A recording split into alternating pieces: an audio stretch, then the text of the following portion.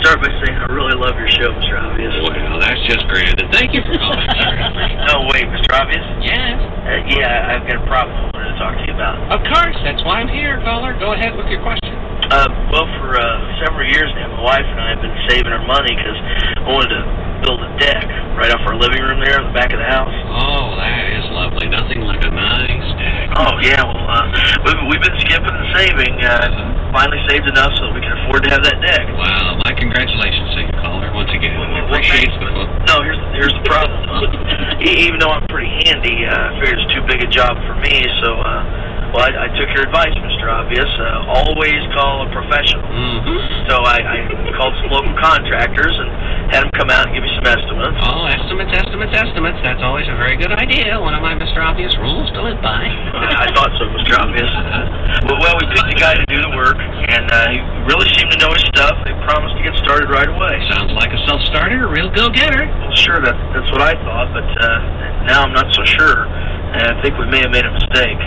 Well, why is that, caller? What makes you say that? Well, it's been several weeks now, and we still don't have a deck.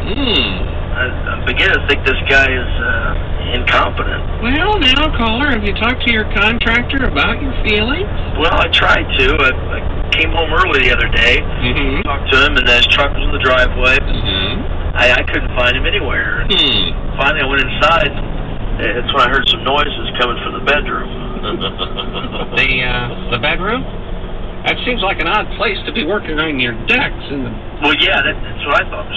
So, well, I went upstairs, and there was the contractor, all right, and he was naked. Oh, my goodness. Not even wearing safety goggles, huh? Now, that sounds dangerous. Well, yeah, Mr. Obvious, and here's the weird part. He was laying on top of my wife. Uh-oh. Now, was she naked, too? This is a jaybird, Mr. Obvious. As you can imagine, I got pretty mad. Certainly, yeah. I mean, since he was so far behind schedule already, I asked him what the heck was going on. Caller, you're certainly within your rights, seeing how he works for you. Caller, is he being paid hourly or by the job? By the job. Oh, no, that's fortunate for you. That way you don't pay while he plays, of course. That's one of those Mr. Obvious rules to live by. I give that a right on, Mr. Obvious. Anyway, Mr. Obvious, my contractor explains that he's lost his tape measure, and he's trying to find out how tall my wife is so he can have her lay down beside the boards that he's going to cut. Did you ask why they were naked at all? Did that come up? Or? Jeez, Mr. Obvious.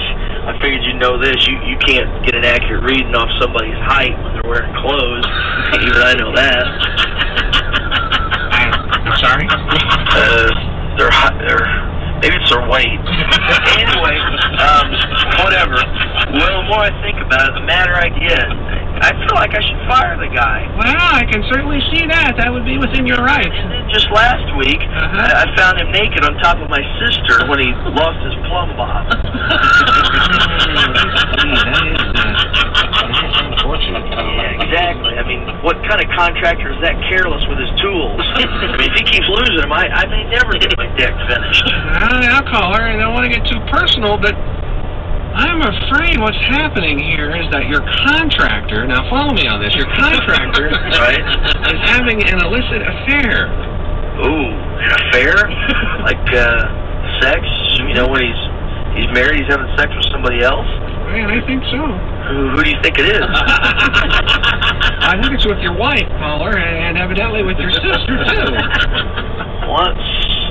So these stories about him losing his tape measure and his plumb bob, Mr. Obvious, you think he just made those up? Well, that'd be my guess, caller. I never made the connection.